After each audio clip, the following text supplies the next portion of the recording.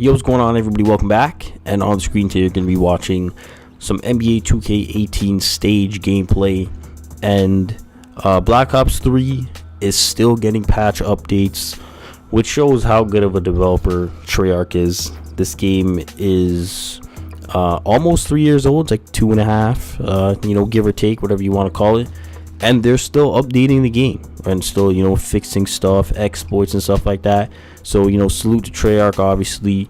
Everybody's still counting on you to save Call of Duty, and hopefully you do. So, like I said, all three of these articles are coming courtesy of Charlie Intel. Link will be in the description for all three.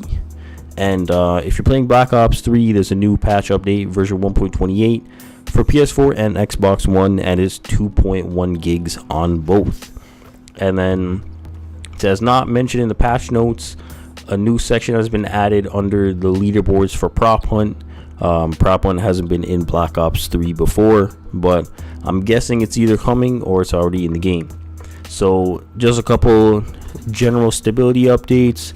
Fix an issue where some downloadable multiplayer and zombies maps are not playable offline. Xbox One users will not trigger pre-match countdown timer if they load into a match early.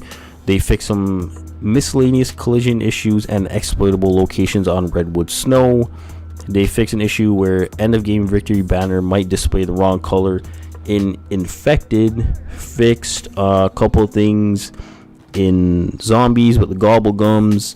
And yeah, that's pretty much it. So if you are still playing Black Ops 3, I got one more article for you here, and it says rumor. This one's just a rumor. The other one was the actual patch notes. And it says apparently there's going to be a Nightfall version of the Fringe map coming to Call of Duty Black Ops 3. And then it says some users appear to have spotted in Call of Duty Black Ops 3 after the latest update a Nightfall version of the Fringe multiplayer map. The description says, go back in time and play the acclaimed Fringe with other eyes. Treyarch has not officially announced this map, so stay tuned for any additional information. So, it's probably going to end up coming to the game. I feel like developers just like doing that. It happened with Battlefield 4. I forgot what map it was, but it was a couple months, or I think it might have even been a year after the game came out. They started coming out with night maps and stuff like that. So, it's not the most effort. They're not adding new DLC maps or anything like that. But at least, they're showing some kind of thing where, they want to refresh the game. Like, they want to keep the game going a little bit for, people that might be still playing it. So, yeah, Fringe, personally, one of my favorite maps in Black Ops 3. Is probably going to be getting a Nightfall version. And then last one here, it says Twitter announces Activision to stream COD World League highlights directly to Twitter. Twitter has announced a large expansion in their network broadcast partners at an event in New York City today, and one of those expansions include the COD World League. Twitter states Activision will be streaming highlights and championship Sundays of the remaining open events of the 2018 COD World League season, which includes COD World League Anaheim, June 15 to 17th, COD World League Pro League Stage 2 Finals. Why are these so fucking confusing? Holy shit. July 27 to 29, and the COD World League Championship, August 15 to 19th. And then it says Activision will stream Championship Sunday of each of those events on Twitter alongside Twitch and MLG. So if you are into Major League Gaming or competitive COD or the COD World League or any of those tournaments, you can watch it on Twitch, you can watch it on MLG, and you can now watch it on Twitter.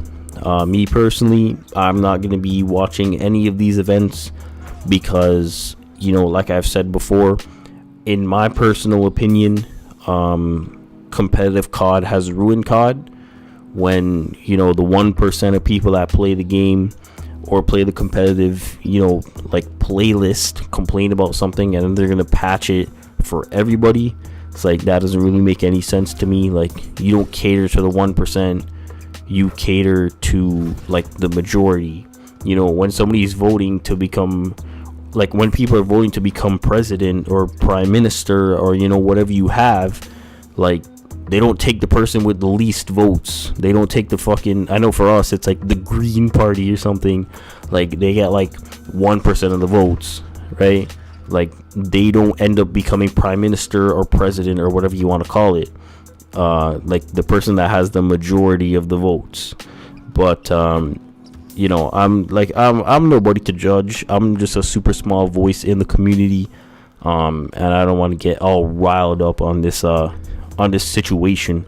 But yeah, just a quick recap. There's some stuff being patched in Black Ops 3. I mean, you know, once again, like I said before, Treyarch, they're just showing how great of a developer they are, and they're just like they just keep showing like we're better than Sledgehammer, we're better than Infinity Ward, and you know, all these guys. I don't know, Raven maybe. I feel like it's like Treyarch and Raven and Treyarch, and then I don't even know who to put after that. It might be Infinity Ward and then Sledgehammer. I think now that Condrey and Schofield have left the building, they're probably above Infinity Ward. I mean, really and truly, it depends what kind of game Infinity Ward puts out next year, and then we can probably judge that, because how World War II came out like this year, how the game launched was like, we all agree it was fucking garbage. And you know, who knows, Infinity Ward might say, fuck, we're making Modern Warfare 4, and then it's going to be possibly the greatest game ever, if they got the old Infinity Ward back. The new Infinity Ward that dropped Infinite Warfare and Ghosts and, you know, all that shit, then you're probably talking about the worst game of all time. But, you know, if they get these old guys back from Infinity Ward, from the original Infinity Ward that made Modern Warfare 2 and COD 4 and shit like that, you know, we could be in for a treat. But I guess those guys want to make Titanfall 3.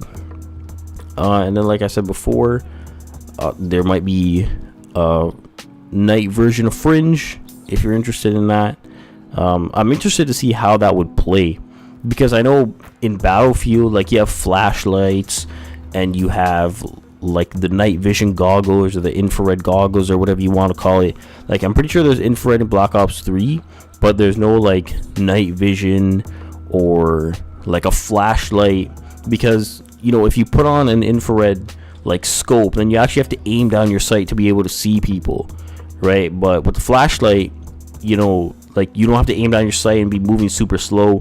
You know, you could still be at like your regular walking speed with the flashlight. But obviously Black Ops 3 doesn't have a flashlight, so I'll be interested to see how that plays. And then I know from even playing Battlefield 3, with the night map, there were, like, I feel like people were camping more. So I don't know. People might, you know, start playing more defensively, because who knows, they might be scared of the dark. They might need a fucking nightlight. Maybe they sleep with a nightlight. But yeah, I don't want to assume what anybody sleeps with. And then, like I said before, Twitter is going to be streaming COD World League highlights, so if you're interested in that, then boom, there you go. But yeah, that's pretty much it. I rambled for a super fucking long time, and I do apologize about that. But like I said at the beginning of the video, all three of these links will be in the description, courtesy of Charlie Intel. Thank you for taking the time out of your day to watch my video. It is very much appreciated. Thank you for watching, and I will talk to you in the next one.